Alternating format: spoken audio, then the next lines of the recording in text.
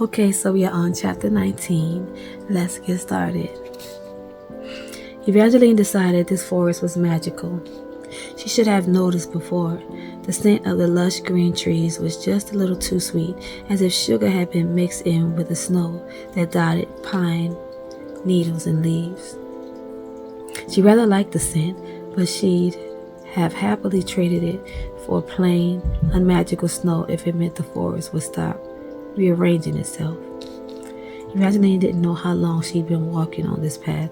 It was the same path she'd taken to the tower, only instead of leading her back to Chaos's underground castle, the path just kept weaving through the trees. The sky above was turning purple. Soon it would be full night, and she shuddered to think of how lost she'd feel then. It made it even worse that the trip had been for nothing. She had been so wrong.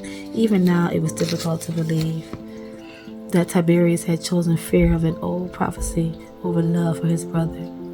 She could never reveal this to Apollo if she were ever able to save him.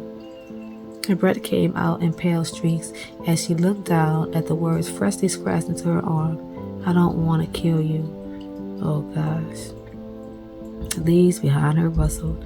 A bird called and Evangeline startled. Quickly, she retrieved the gold dagger from her basket and held it out as she turned. "Hello, Eva."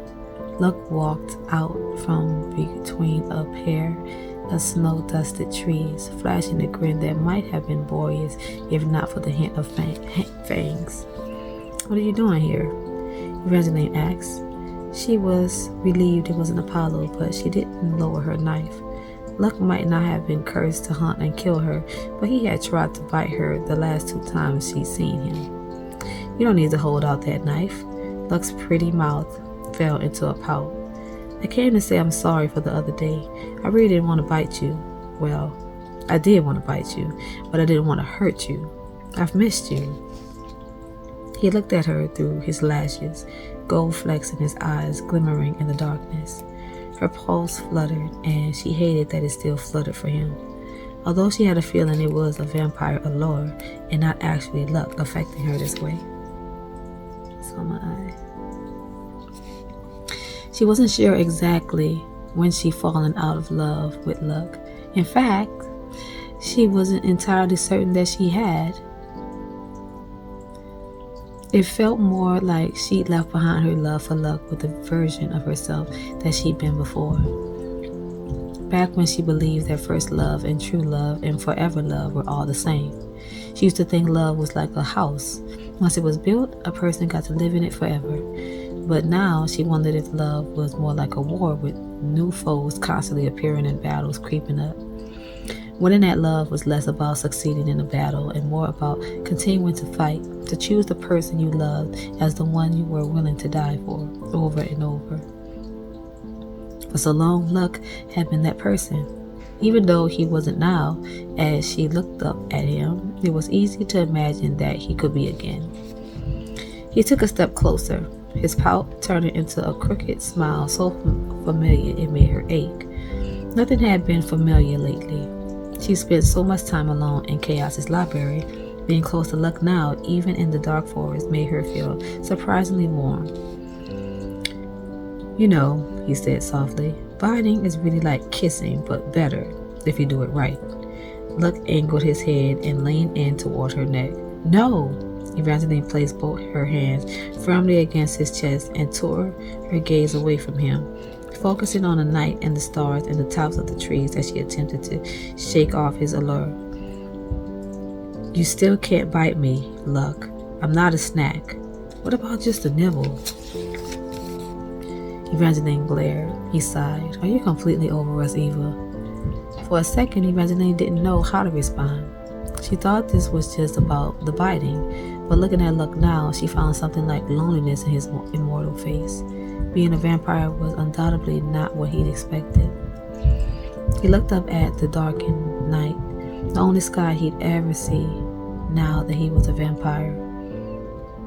There were a handful of stars scattered like gems from a broken necklace, but it was mostly just the waxing crescent moon, taunting with a bladed smile that would never give sun-warm light.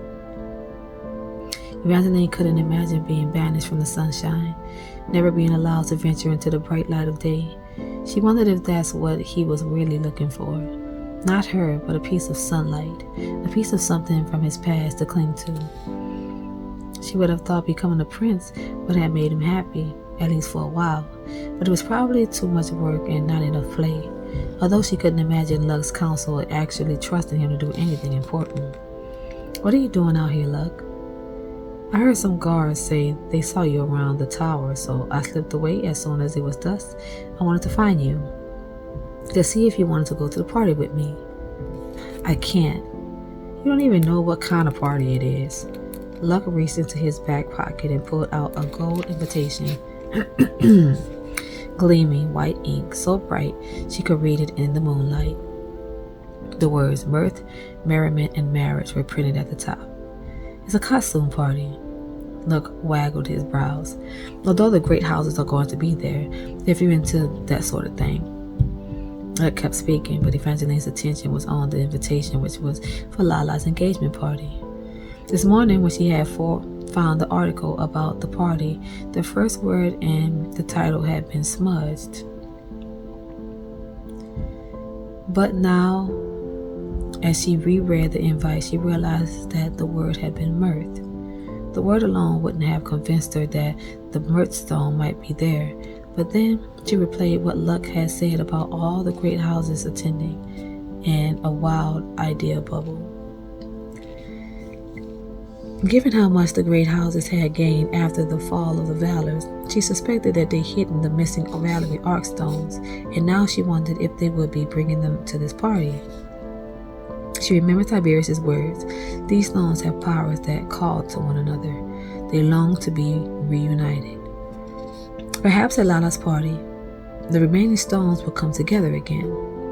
Something light and sparkling rose inside her at a thought, and Evangeline knew she needed to go to this party. "Thank you," she kissed him on the cheek. He flashed a quick grin. "Is that a yes?"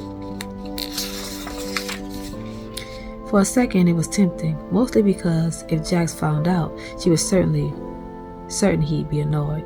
But in the end, she told Luck, "No, but thank you for the invitation." But before he could argue or ask for another bite, Evangeline scurried off, hoping the forest would finally let her escape. Another boring chapter. Somebody better do something. Okay, that's it for tonight. Good night.